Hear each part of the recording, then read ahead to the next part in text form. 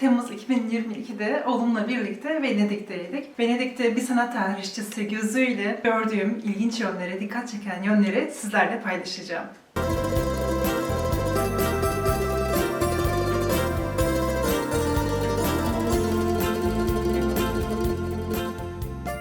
Öncelikle söylemek isterim ki Venedik masalsı bir şehir. Masalsı olma özelliğini de bence kendi kanımca yüzyıllardır Doğu ile yaptığı ticari ilişkilerle kazandığı kültürel etkileşimlere borçlu olduğunu söyleyebiliriz. Venedik'e gittiğinizde sadece Avrupa rüzgarının estiğini hissetmeyeceksiniz. Aynı zamanda özellikle de doğudan gelen esintilerin olduğunu da gittiğiniz zaman hissedeceksiniz. Diyebilirim ki zamanınız varsa Venedik'e gitmeden önce Osmanlı-Venedik arasındaki ilişkilerle ilgili tarihi bilgilerinizi tazelemenizi tavsiye ederim. Bu konuyla ilgili İlber Ortaylı Hoca'nın bir videosu var. Onunla ilgili size aşağıda bırakacağım. Osmanlı ilişkileri dışında İpek yolundan, uzak doğudan, Anadolu toprakları üzerinden Venedik'e olan ticari ilişkileri, bilim ve kültür alanındaki ilişkiler hakkında da videolar izlemenizi, önceden bu konular hakkında araştırma yapmanızı tavsiye ederim. Özellikle de Marco Polo'nun 12.000 kilometrelik yolu nasıl kat ettiği, macerayla dolu hikayesini de araştırmanızı tavsiye ederim. Bu konuyla ilgili yabancı dildeki videoları da yine aşağıda linklerini sizlerle paylaşacağım. Venedik'e gitmek için kaç güne ihtiyacınız var? Eğer sadece Venedik'i görmek istiyorsanız, Venedik şehrinin içini görmek istiyorsanız bence 3 gün yeterli, 3 gece yeterli. Venedik çevresinde muhteşem adalar yer almakta. Örneğin Lido gibi, Burano gibi, Murano gibi. Buraları görmek isterseniz bence 5-6 gece daha uygun olacaktır sizin için. Biz Temmuz'un son haftasında gitmiştik. Eğer denize girmek isterseniz de sıcak mevsimleri seçmenizi öneriyorum. Venedik'e gitmek için peki ne kadar bütçe gerekiyor? Açıkça söylemek gerekirse Venedik gerçekten çok pahalı. Hem otelleri pahalı hem de yemek içmek konusunda biraz daha yüksek fiyatları var. Uçak biletini biz gidiş dönüş Almanya'dan, Berlin'den direkt Marco Polo havaalanına indiğimizde gidiş dönüş 300 euro vermiştik Temmuz'un son haftasında. Tek kişi olarak. Tek kişi konaklama 3 yıldızlı otel şehir merkezinde 350 euroydu 6 gece. Ve bir kişinin gündelik harcaması için en az 50 euro bütçe çıkarmanız gerekir. Venedik'te içecekler çok pahalı. Çok basit bir soğuk içecek bile aldığınızda en az 4-5 euro ödemek durumunda kalıyorsunuz. En ufak bir porsiyon makarna bile gerçekten fiyat olarak çok yüksek. Sokakta yemek yasak. Hiçbir şekilde hiçbir yere oturamıyorsunuz. Şehirde oturacağınız, dinlenebileceğiniz bir bank ya da bir park, bir alan yok. Bu şehir yönetimi tarafından, belediye tarafından yasaklanmış. Bu nedenle de yemek yiyebileceğiniz yerler, restoranlar ya da kafeler. Buna ek olarak da müzelere giriş ücretlerini de hesaplamanız gerekir. Umumi açık tuvaletler 1,5 euro. Türkiye gibi ya da Almanya gibi Starbucks'lar Venedik'te çok yaygın değil. Venedik'e nasıl gidilir? Hangi havaalanından gidilir? Venedik'te 2 tane havaalanı bulunmakta. Birincisi Marco Polo, ikincisi Treviso. Biz Marco Polo havaalanında inmiştik. Zaten en popüleri Marco Polo havaalanına. Marco Polo havaalanından indikten sonra 2 seçenek var. Ya feribotla şehir merkezine 15 euroya geçebilirsiniz ya da havaalanıyla şehir merkezi arasında çalışan otobüsler bulunmakta. Bunlar da tek gidiş 10 euro ödüyorsunuz. Bu otobüsler bizi Piazza de Roma adlı şehir meydanına getirdi. Çok bilinen bir meydan zaten. Bütün aslında şehrin ana damarı diyebiliriz. Bizim otele de yakında. Piazza de Roma meydanında şehir merkezinde indiğimiz zaman otelimize yürüyerek gidebildik. Kalacak yer nerede kalabilirsiniz? Biz kendi otelimizi Booking.com'dan ayırdık ve Canarico adlı bölgede otelimiz. Otelimiz 3 yıldızlıydı. Sıcak bir bölge ve suyun olduğu bir bölge. Dolayısıyla da nem oranı çok fazla. Birincisi klimaya dikkat edin. İkincisi sivrisinek problemi var. Sadece bize olduğunu düşündük ama yolda yürüdüğümüzde birçok turistin işte kollarında, bacaklarında sivrisinek ısırıklarının olduğunu fark ettik. Sıcaktan bunalmamak amacıyla yanınıza bir yelpaze alabilirsiniz. Google Maps'i rahatlıkla kullanabilirsiniz. Şehir merkezinde nerelere gideceğiniz, hangi sokaklara geleceğiniz, hangi toplu taşıma araçlarını kullanabileceğiniz konusunda çok rahatlıkla size bütün bilgileri sunmakta. Bunun dışında Venedik'te aynı isme sahip birçok sokak bulunmakta. Ve gideceğiniz sokağa çok iyi bakın hangi bölgede olduğuna. Yanlış bir sokağa gittiğinizde güzergahınız tamamen değişebilir ya da çok farklı bir yerde kendinizi bulabilirsiniz. Toplu taşıma araçlarını kullanmaya gerek duymadık çünkü her yere yürüme mesafesinde. Ve Venedik'i keşfetmek istiyorsanız ve güzel kareler, fotoğraflar fotoğraflar yakalamak istiyorsanız da tamamen yürümenizi tavsiye ederim. Suyunuzu taşıyabileceğiniz bir çantanız, büyük bir çantanız olsun ve rahat bir spor ayakkabı giymeyi de ihmal etmeyin. Deniz otobüslerini kullanabilirsiniz ama tek yön deniz otobüsü 7,5 euroydu. 24 saat aldığınızda 20 euro, 2 gün aldığınızda ya da 3 gün aldığınızda fiyatı biraz daha farklı olabiliyor. Venedik çevresindeki adalara gitmek isterseniz Lido gibi, Burano gibi, Murano gibi günübirlik ya da 3 günlük biletleri almanızı tavsiye ederim çünkü daha karlı oluyor. Adalara gitmek 45 dakika sürüyor yaklaşık olarak ve bir günde aslında bir adayı gezebilirsiniz. Hatta biz bir günde 2 adayı hem Murano'yu hem de Burano adasını gezmiştik. Eğer yüzmek isterseniz Lido adasına gitmenizi öneririm. Çok güzel bir ada, çok temiz bir ada. İşte ilginç tarafı adalarda plajlara girmek istediğiniz zaman plajlarda ücretler çok daha uygun. Lido adasında bir kahveye 80 cent verdiğimi hatırlıyorum. Soğuk içecekleri 2 euroya satın almıştık. Şehir içerisinde ücretsiz ama sonrasında bahşiş ödeyebileceğiniz küçük turlar var. Özellikle de maskeler, Venedik Karnavalı, Osmanlı tarihi hakkında turlara katılabilirsiniz. İlginç deneyimler edinebilirsiniz. Nerelere gezilir, neler yapılır ve mutlaka görülmesi gereken yerler nelerdir? İlk başta San Marco Meydanı gelmekte, San Marco Kilisesi gelmekte ve San Marco Kilisesi'nin Çan Kulesi gelmekte. Burası inanılmaz dolu bir yer ve burada kiliseye girmek için çok sıra beklemeniz gerekebilir. Çan Kulesi'ne çıkmak isteyenler genelde şehri kuş bakışı olarak Venedik'i izlemek amacıyla gidiyorlar ve randevusuz gerçekten buraya girmek neredeyse imkansız. Biz de buraya alternatif olarak başka bir yer bulduk kule ve oradan şehri, Venedik'i izleme imkanımız oldu. Palazzo Contarini del Bovolo adlı yapının kulesine çıkmanızı öneriyorum. San Marco'daki Çan Kulesi 12 euro.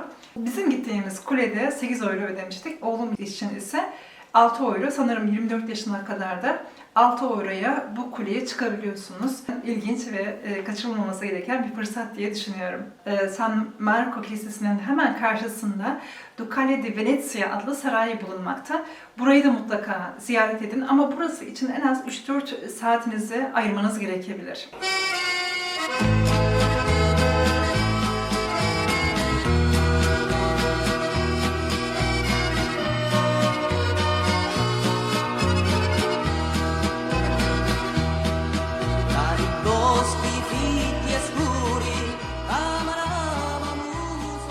Yine Büyük Kanal'da bir nolu vapur hattıyla bir kanal turu yapabilir ve kanalın çevresindeki yapıları, tarihi yapıları su üzerinde yavaş yavaş giderek çok güzel kareler ve fotoğraflar yakalayabilirsiniz.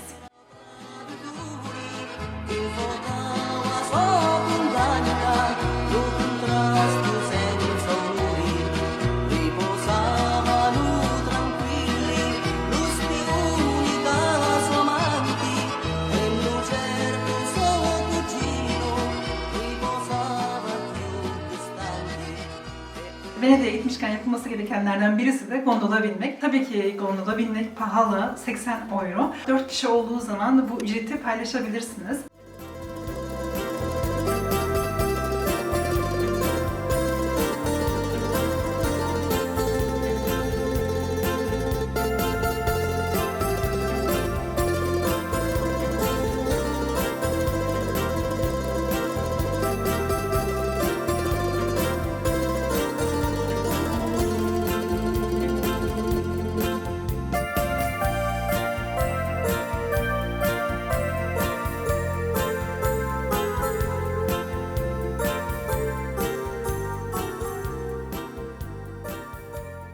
Bazen haritaları kapatıp dar sokaklarda kaybolmanızı öneriyorum. Örneğin biz bir Yahudi mahallesine gelmiştik ve oradaki ilginç gizemli küçük kafelerde kahvemizi yudumlamıştık. Daha ünlü turistlerin gittiği mekanlardansa köşelerde kalmış gizli küçük kafeleri keşfetmek bazen daha ilginç olabilir.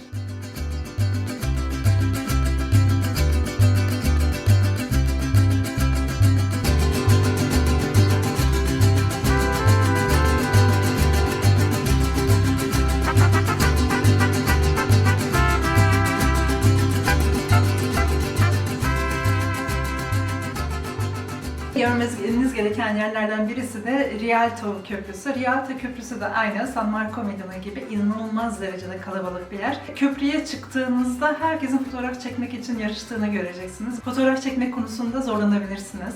Sabahın erken saatlerinde, sabah 8-9 gibi gittiğinizde burada meydanda çok fazla kişi olmuyor. Sabah 10'da çıktığınızda bütün her yer turistlerle dolu. O kalabalıktan bazen fotoğraf çekmekte zorlanabilirsiniz.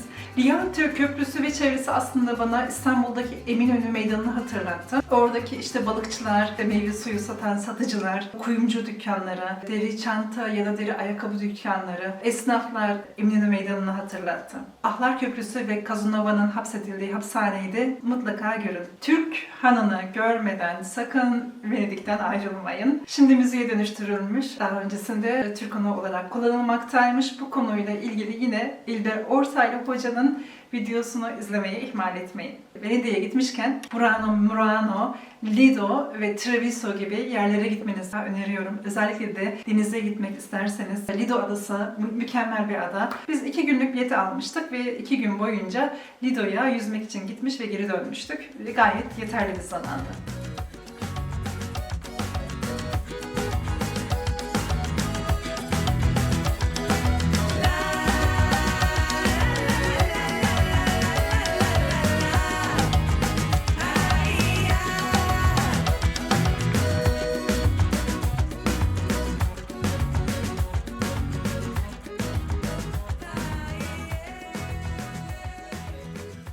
Murano, rengarenk evleri, köprüleri ve kanallarıyla masalsı bir ada. Özellikle de bazı evleri bazı sanatçılar resmettiği için daha popüler. Murano'daki en ünlü evlerden birisi de Casa Bepi olarak geçmekte ve Instagram'dan da yine bu evin adresine ulaşabilirsiniz.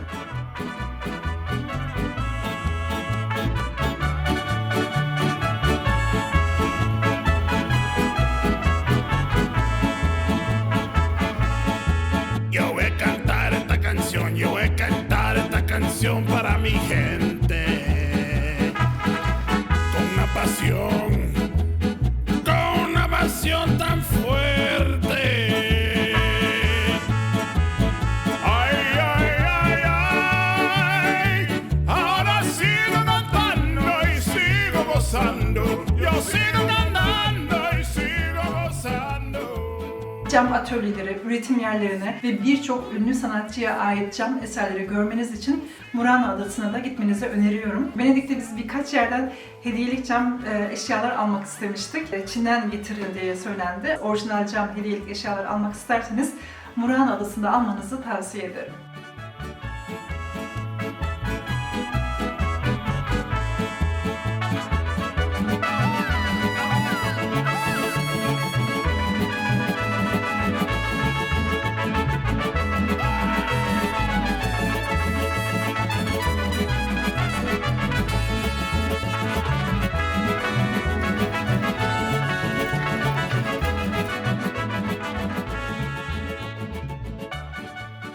Günlük olarak turistler için organize edilen açık hava konserlerini de birlikte mutlaka takip edin. San Marco Meydanı'nda çok fazla konserler ya da etkinlikler yer almakta. Canlı müziğinizi dinleyebileceğiniz bir ortam ve sarayı ve kiliseyi görebileceğiniz, Venedik manzarasını izleyebileceğiniz bir ortamda. Kahvenizi yudumlayabilirsiniz. Tabii burada bir kahve 10 euro.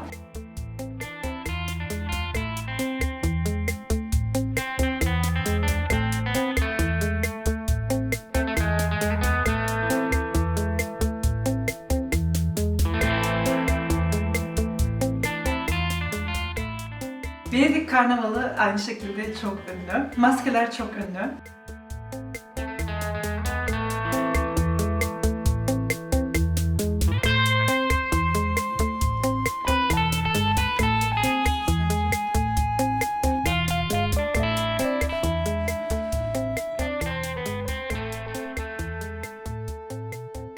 Venedik'te başka neler yapılabilir? Venedik'te kanallar çok fazla ve kanalların çevresinde restoranlar ve kafeler çok fazla. Özellikle su kenarında bir kafeye oturup gün batımını izleyebilir, yine şehir manzarasının tadını çıkarabilirsiniz.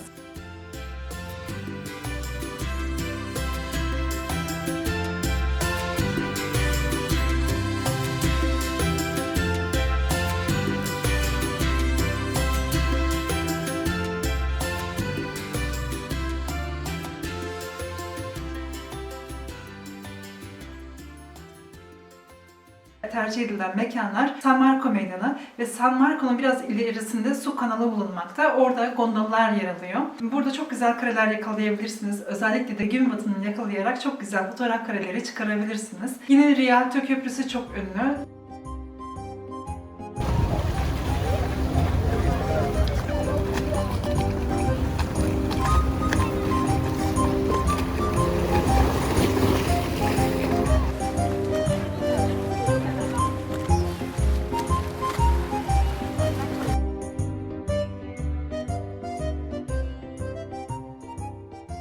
Venedik'te kanallar ve köprüler çok fazla. Bildiğiniz gibi Venedik'te 400'ün üzerinde köprü yer almakta. Köprüden bol ne var? Dolayısıyla da herkesin fotoğraf çekmek istediği yerde değil de keşfedilmemiş biraz daha kuytu yerlerdeki köprüleri ve su kanallarını tercih edebilirsiniz. Güzel fotoğraflar tabii gondollarla ve gondolları kullanan görevlilerle çok harika çıkmakta. Onların denizci kıyafetleriyle beraber gondolların önünde beklemesi çok güzel.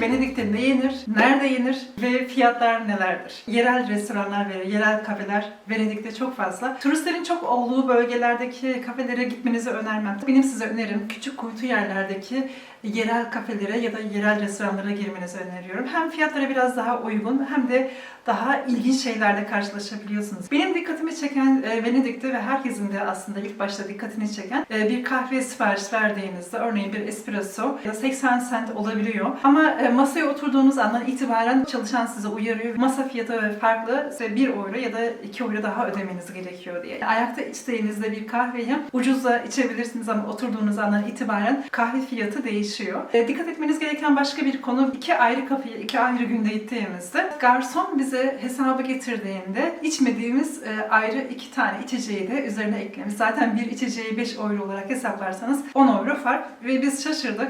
Tekrar faturayı görmek istedik. Gördüğümüzde fark ettik ki aslında bizim içmediğimiz şeyleri de garson hanımefendi hesaba katmış, faturaya koymuş. Turistik bir bölge olduğu için hesabınıza dikkat etmenizi öneriyorum. Mekanları araştırırken Google Map'teki puanları değerlendirerek araştırabilirsiniz. Ve girdiğiniz yerlerdeki puanlara ve aynı zamanda da yorumlara bakmanızı öneriyorum. Oturduğunuz zaman hizmet bedeli ve masa servis ücreti mutlaka alınıyor. Bu konuda şaşırmayın. Dondurmanın topu 2 euro. Bir dondurmacı bulduk. 1 euro 80 cent. Gelateria Idoca adlı dondurmacıydı. Şubeleri de bulunmakta ve neredeyse her gün bu dondurmacıdan dondurma yedik. Kahvaltıya gidelim. Çünkü biz otelimizi kahvaltı dahil almamıştık. Dışarıda yaparız, değişik seçenekleri deneriz diye. Ama fark ettiğimiz bir şey oldu. Türk kahvaltısı gibi ya da Almanya'da yaptığımız kahvaltılar gibi bir kahvaltı asla beklemeyin. Burada bulduğumuz bir şube oldu. Mayer adlı bir kafe oldu. Hem diğer yerlere göre çok daha uygun hem de kahvaltı yapabileceğiniz seçenekler bulunmakta. Kahvaltı dediğimiz şeyde unlu, kaymaklı, pastane ürünlerinin olduğu şekerli bir kahvaltıya hazır olun.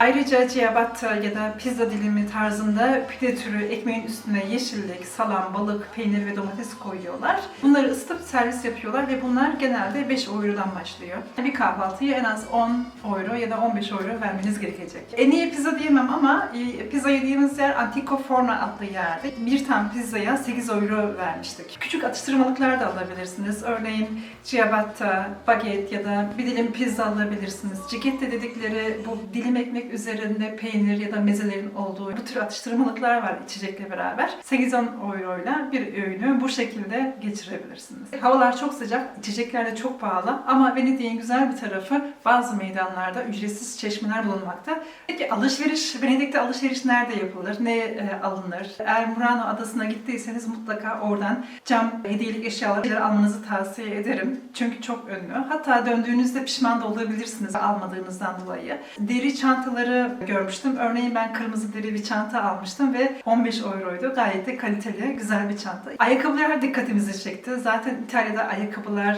deri çantalarla çok fazla popüler ve kıyafetler de aynı şekilde alabilirsiniz. Çok ilginç, rengarenk. Ya da standart alışveriş yapmak istiyorsanız Mango gibi, Zara gibi mağazaları da yine şehir merkezinde San Marco Meydanı'na yakın yerlerde bulabilirsiniz. Gelelim Venedik'te Türk ve Doğu izlerine. 13. yüzyılda Venedik'te Büyük Kanal'da büyük bir saray inşa ediliyor. Ve 16. yüzyıldan itibaren bu binada Osmanlı ile Venedik arasındaki ticari ilişkilerde Osmanlı tüccarları Venedik'e ürün getiriyorlar deniz yolu üzerinden. Ve bir süre aslında burada Venedik'te kalmak durumunda kalıyorlar. Venedik yönetimi de Türklere yani Osmanlı tüccarlarına işte bu binayı konaklamaları amacıyla tahsis ediyor. Osmanlı-Venedik Savaşı sonrasında özellikle de İnebaklı Deniz Savaşı'ndan sonra Türklerin konakladığı binalara Türklere ölüm yazısı yazılmış ve Türk tüccarlar tedirgin edilmiş. Osmanlı ile ticaret bağının zarar görmesini istemeyen Venedikliler de 1621'de senato kararıyla bu yapıyı Türklerin kullanımına tahsis etmiş. 17. yüzyılda artık bu bina fonduk yani depo evi, yolcuların konakladığı ve mallarını, ürünlerini yükleyip indirdikleri yer anlamında kullanılmış. Yani Türk Hanı denmiştir. Aslında sadece Osmanlı tüccarları için değil, aynı zamanda Alman, İran ve Arap asıllı tüccarlar için de ayrı binalar tahsis edilmiş. İtalya'da ticaret o kadar etkili olmuş ki dinlerini ayırmak yerine milletlere göre tüccarlara ayrı binalar tahsis etmişler. Evet, gelelim kahvenin tarihine. Hediyelik eşyaların satıldığı yerlere girdiğimde hislerini fark edebiliyorsunuz. Şunlar küçük fincanlar, kahve cezvesi dikkatinizi çekiyor ve bunun mutlaka doğudan gelen bir kültür olduğunu da fark ediyorsunuz. Aslında Osmanlı-Venedik ilişkileri Venedik ve Avrupa'ya kahvenin keşfine neden olur. Venedikli tacirler 1615 yılında ilk kahve tohumlarını İstanbul'dan Venedik'e taşırlar. Böylece İtalyanların asla vazgeçemedikleri kahve tutkuları başlamış olur. Bugün İtalya'da günde 38 milyon fincan kahve tüketildiği söylenmektedir. Yine Osmanlı ile Venedik arasındaki tarihi konulardan birisi de 18. yüzyılda Ermeni mülteciler Osmanlı'dan Venedik'e kabul ediliyorlar. Bildiğimiz gibi İpek yolunun etkisiyle de Çin'den Venedik'e kadar uzanan Doğu ticaret yolları bulunmaktaydı. Bunun en büyük kanıtı da San Marco Kilisesi üzerindeki resimler ve heykellerdir. Domun içindeki mozaiklerin dönemin Konstantinopol dediğimiz yani İstanbul ile yakın bağlantısı bulunmaktadır. Bu mozaik tasvirler Asyalılar, Müslümanlar ve Musevilerle ticari ilişkileri anlatmakta. San Marco Kilisesi üzerindeki 4. katta İstanbul'daki Konstantinopolis döneminde Hipodrom'dan 12. yüzyılda sürülerek çalınıp Venedik'e getirilmiş. Çok ilginç tarafı, Venedik ipek kumaşlarını Çin'den ihraç ediyor. Ancak Osmanlı sultanları ipek kaftanlarını yapmak amacıyla Venedik'te sipariş veriliyor ve yapıldıktan sonra Osmanlı'ya getiriliyor. İtalyan makarnasının Doğu Arap ülkelerinden geldiğini söyleyen tezler de yer almakta. Yani makarnalar ilk Neapol'de görülmüş, sonra Sicilya'ya, sonra da Venedik'e getirildiği söyleniyor ama bu konuda tabii yazılı bir doküman bulunmamakta. Enginar İtalya'da çok meşhur. 16. yüzyılda Ermeni tüccarlar vesilesiyle enginarın İtalya'ya kurutulmuş meyvelerin Musevi tüccarlar üzerinden Venedik'e getirildiği bilinir.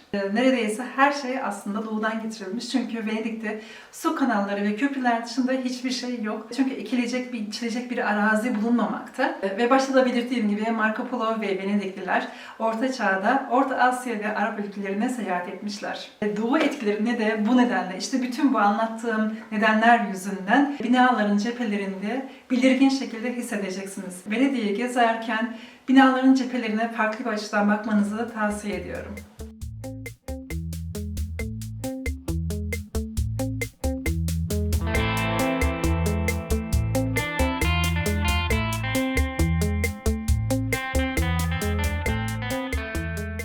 Venedik videosunun sonuna geldim. Tabii ki Venedik'te yapılacaklar bu benim anlattığım videoyla sınırlı değil. Bu paylaştıklarım Venedik gezinizde size yardımcı olabilecek ana bilgiler ve deneyimlerdi. Eğer İspanya dikkatinizi çekerse ve İspanya ile Doğu arasındaki ilişkileri merak ederseniz İspanyol kralların tılsımlarıyla alakalı, Arapça tılsımlarıyla alakalı yaptığım videoyu da izleyebilirsiniz. Bir sonraki videoda görüşmek dileğiyle, sevgiyle kalın.